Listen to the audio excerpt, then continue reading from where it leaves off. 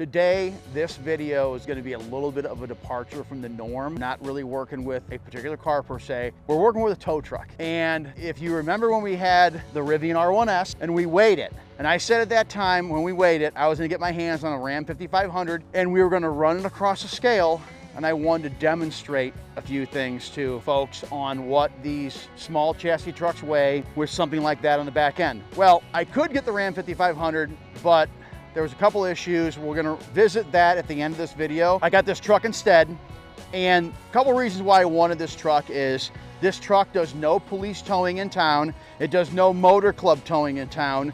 This is strictly an incidental use truck. The gentleman that owns this truck uses it for his own business. So the only vehicles that get towed in this truck are vehicles that are coming into his shop, and it's stuff like this Fusion right here. That's a type of stuff he's towing with this carrier. He's not towing vehicles like the Rivian. So I'm gonna walk you through what we're looking at here. I mean, this is how most of these small chassis trucks look when guys are running them and they're doing police work and they're doing some motor club work. Doesn't have a bunch of brooms and oil drying stuff like like the guys that run police work do. But he's outfitted pretty good here. So this is I think a 2005 F550. Yep, the 2005 F550. Now, back then, this was a 19,000 pound platform, not a 19.5 like the trucks are now. So this is 19,000 pound GVWR, and it has a 6,500 pound front axle, and it's got a 13,660 rear axle. So remember those numbers for later on when we start weighing stuff. I'm anticipating the way this truck is set up, this truck's gonna come in around low 12s, low 12,000 mark. That's where I'm thinking it's gonna come in. So let's take a walk around it. It is a 6-liter Power Stroke, everyone's favorite engine. I personally like the engine, a lot of folks don't like it. It's a 2-wheel drive. It is an XL trim, and he's got two 60-inch boxes. For what he does, he carries a reasonable amount of gear. He's got straps, chains, you know, usual guy, gone to the junkyard, got a couple tow eyelets. Like those matter, but they're in there. He's got some ramps up here in the tray on top of the box. It's just wood ramps. It's a 19-foot 6-inch Chevron Series 10 with a wheel lift. It's in steel. The only thing he's really done different is he runs a little bit bigger tire. He runs a 245 tire, which personally I think is a good idea because the 225 tires are kind of at the edge of what the truck's capable of. So you run a little bit heavier tire, the truck's going to drive down the road better. This truck drives down the road very well. I mean, it's a 88,000 mile 2005.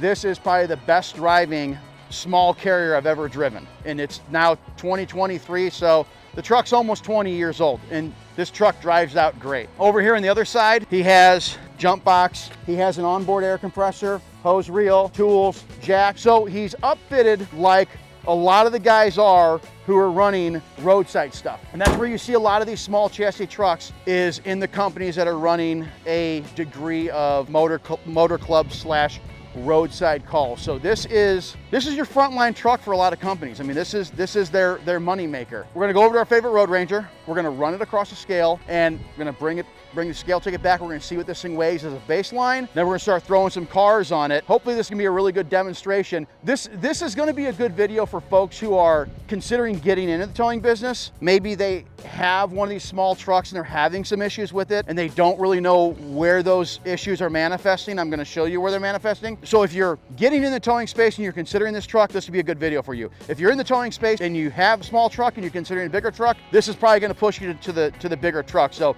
whichever camp you're in, this is gonna be a really good video for you.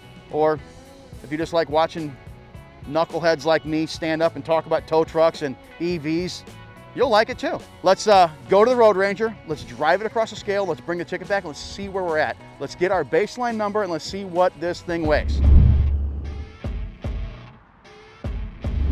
Yeah, this isn't what I anticipated. So this truck weighs 15,200 pounds sitting still.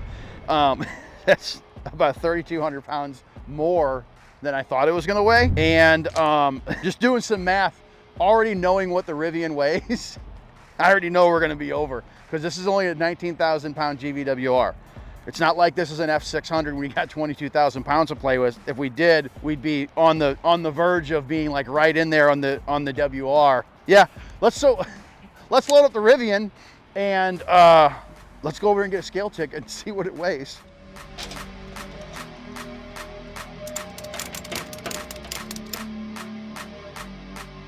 Okay, this is a number, once again, this is nothing that surprises me, being we started out with a much heavier truck than I had anticipated. You know, as previously stated, I was expecting a truck that was gonna weigh like 12,000 pounds, maybe 13,000. We ended up with a truck that weighs 15.2 sitting still. So with the Rivian on it, and this is what I wanna demonstrate with these EVs, especially this one. So this truck originally weighed 6,840. I think right now we've got a difference of 7,020, 7,060.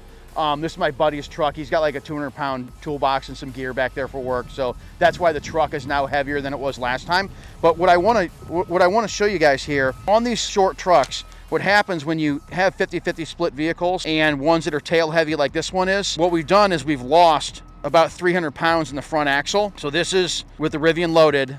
This is with the truck sitting still. We've lost 300 pounds in the front axle and everything's gone down to the rear axle. So the rear axle on this truck is 13,660. So it's got a 13,000 pound rear axle. Right now we're sitting at 17,780. We're already over the 19,500. So let's say for the sake of argument, this was an F600 truck and it had a 22,000 GVWR.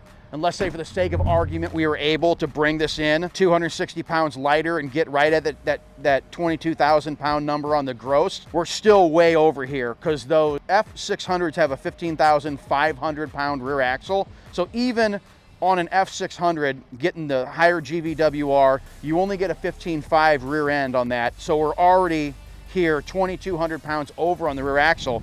And I know some guys are gonna be like, oh, you know, I work my truck. You know, I'm not afraid of working my truck. It's not about being afraid of working a truck. If you were to take this vehicle, drive down the road, and unfortunately drive into an accident that's not your fault, I can assure you one thing, if DOT comes out and weighs you and they figure out you're 2,200 pounds over on that rear axle, they're gonna find a way to place blame on whatever collision you ended up in as your fault. And then being a commercial vehicle, everyone else involved in the collision is then gonna be looking at you to be paying for their stuff. And if you think it doesn't happen, I've seen it happen. I used to insure towing companies a long time ago, and I've seen that very thing happen where somebody drives into an unfortunate event and they're either got a brake or two out of adjustment, they got a bad set of tires, they're running heavy, they get into a collision, and unfortunately, they end up paying a big portion of the bill. So on these small trucks, this is a real issue that's facing us right now. These EVs are by no means light.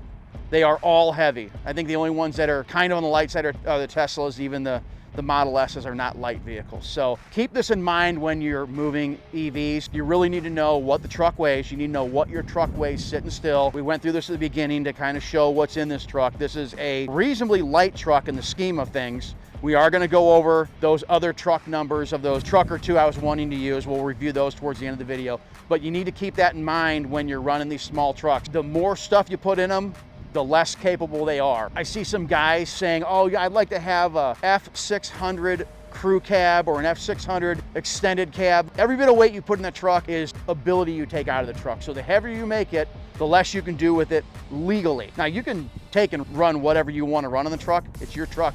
Do with it as you please. But to run it in compliance, when you put a bigger cab on it, it gets heavier. You're stretching out the wheelbase and making for a real long truck. So if you're gonna want a longer truck, use that in deck space. Don't use it in cab space. You're not running a cab company here. You're hauling vehicles. So again, on a 19,500 pound chassis, this is already a bad situation. We're gonna load up a couple other cars, demonstrate how we're maybe on the verge with some more, pedestrian mainstream cars you guys are hauling day in and day out, and show you that if you're in the market for something like this, if you're coming into the business and you're looking at trucks and you want to get into business, maybe look at a little bit bigger truck. Look at like a 26K air brake, air ride, especially if you're going to be hauling two up all the time, like you're hauling cars for IAA or Copart and you're running two up with junk all the time. This really is not the platform you want to use. Do what you want to do at the end of the day, but I'm showing you some hard numbers and trying to compel you to maybe look at a bigger truck. So we ran the truck across the scale with the R1 on it, and it was just completely absurdly overweight in gross numbers and on the rear axle. So I don't have the pickup truck today. I've got this GL 63. So we're gonna take this GL, we're gonna run it across the scale, we're gonna see what it weighs, then we're gonna put that on the back of the rollback and then scale that, because this is a really good application of what, as far as SUVs, what guys might be hauling around on a small carrier from day to day if they're doing network, if they're doing motor club network work, public tows, police work, you're more likely to come across an SUV. And this is a good application because I think this thing will weigh about the same as a Tahoe or maybe a Suburban. I think this is like 5,500 pounds. That's my guesstimate. I've been completely wrong thus far today. So, I mean, this thing could weigh 6,500 pounds. I don't know, but we're gonna jump on the GL. We're gonna go scale it. Then we're gonna come back. We're gonna put it on that. We're gonna scale that, and we're gonna see where this goes because these numbers are kind of wacky today. Okay, I was wrong again, but not by much. I said 5,500, it's 5,800, so it's a little bit heavier. Mike just did a quickie Google search on the Google and searched the curb weight of a 2023 Suburban for sport. And you said what, Mike? 5824. So what GM says the Suburban is and what the scale says this is, kind of the same. Now, I know people are gonna say, well, why would you haul a Suburban on the back of a little truck? Trust me, guys do this all the time. I see pictures all over the interwebs of these big full frame SUVs on these small trucks all the time. So it's not completely out of the realm of possibility that it would get done. But what we need to notice here is this is a 50-50 split vehicle. This does not surprise me from Mercedes-Benz. I think if we weighed a Tahoe or a Suburban, I think it might come out a little bit front heavy. When we did my pickup truck, naturally it's a pickup truck, it was more front heavy. So what we're gonna do is on this one, we're gonna take the GL, we're gonna take and stuff it all the way up here as far as we can without knocking the front spoiler off on the lights or the winch or something. And we're gonna strap it down as far forward as we can go this time. And I'm gonna see if we can roll any weight on a 50-50 split vehicle that's this size, and this isn't really that big of a vehicle. Take and see if we can roll any weight into the front axle of this tow truck. So that's gonna be our exercise this time.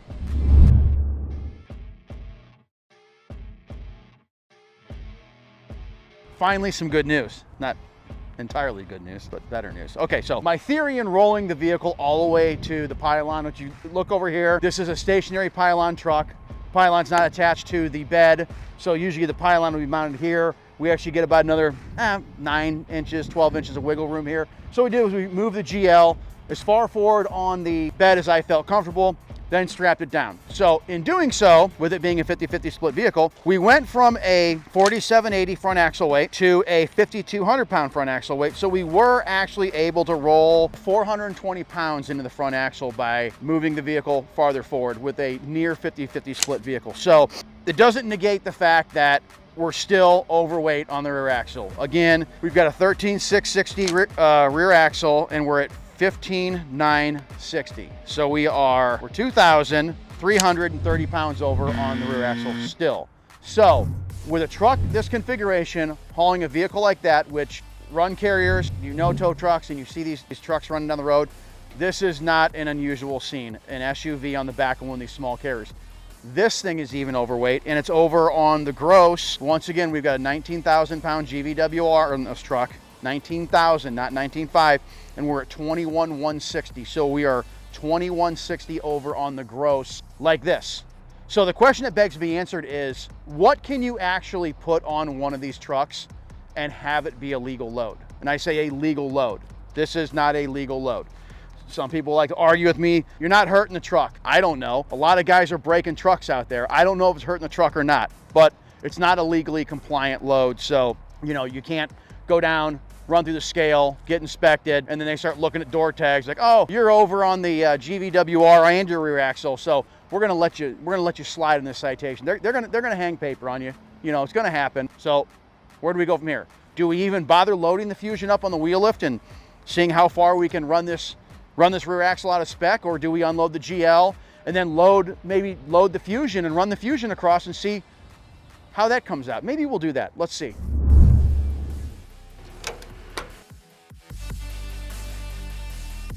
We decided to just load up the Fusion, throw caution to the wind, load it, go weigh it, see what happens. I mean, the numbers couldn't get any worse today for these small trucks. The good news is, again, this F550 has a 19,000 GVWR. It grossed out at 18,860. So it's under gross by 40 pounds.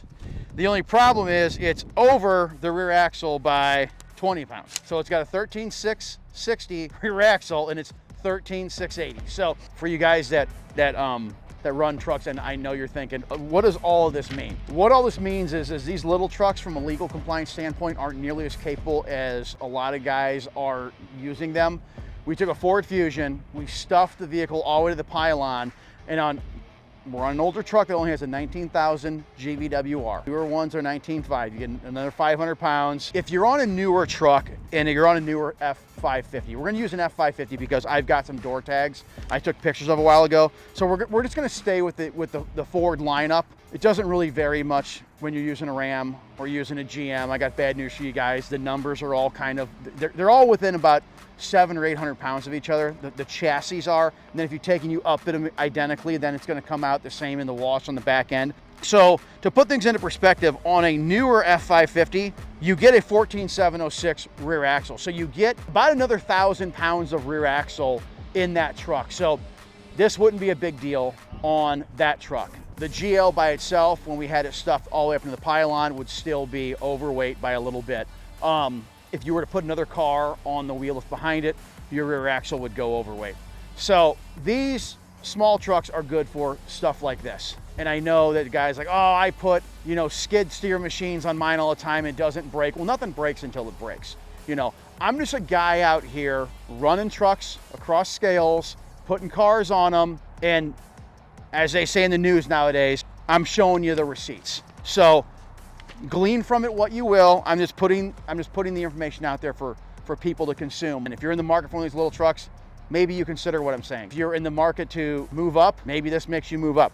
But going back to that Ram 5500 conversation we were having before, another reason why this truck got chose and the Ram 5500 didn't get chosen was because I did not want to put my buddy's company on blast. I'm going to give you some numbers here that are pretty appalling.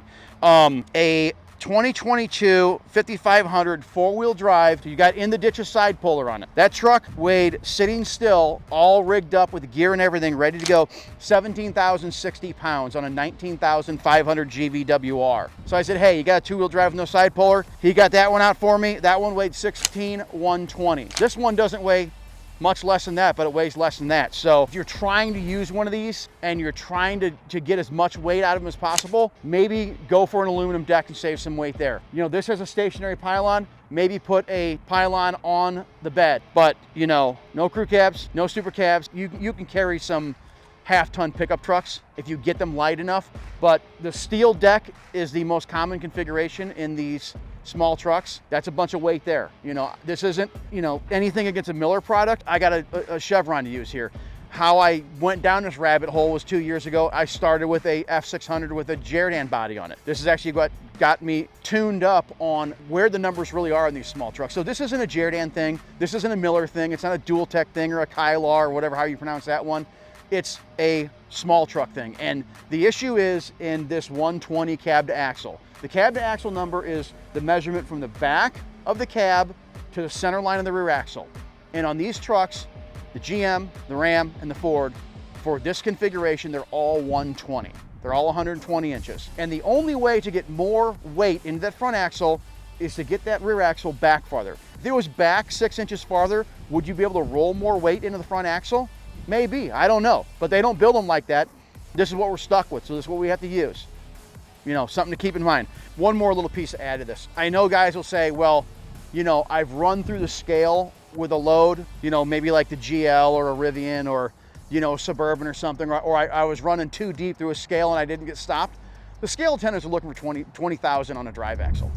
You know, if you roll through an F600 with a 15.5 rear end, 15.5 rear axle, and you're weighing 17.5 or 18,000, if they're not seeing 20,000, they don't even know what they're looking at. So thinking that a scale attendant knows the rear axle rating of every vehicle comes through, they're looking at big commercial. But I can assure you, if a commercial vehicle enforcement guy stops you, one of these guys that runs around in a pickup truck or a Yukon with portables, they're really in tune to what these door tags read. So if they weigh you with a set of portables and you're overweight, those guys are usually gonna write you. So, you know, once again, if you wanna take and run your truck overweight, that's on you. If it breaks, here's the deal. If you run your truck overweight, you're hauling skid machines and, you know, small dump trucks and box trucks on these little trucks. Then one day your frame breaks and then you're the guy that says, I put a Fusion on there and the frame broke. I hate Jerdan, or I hate Miller, or I hate Ford, Ram, or Chevy. It's not them. You're using the truck outside of the specs and chances are good you broke the frame. Words of wisdom, just because you can load something on there doesn't mean you should.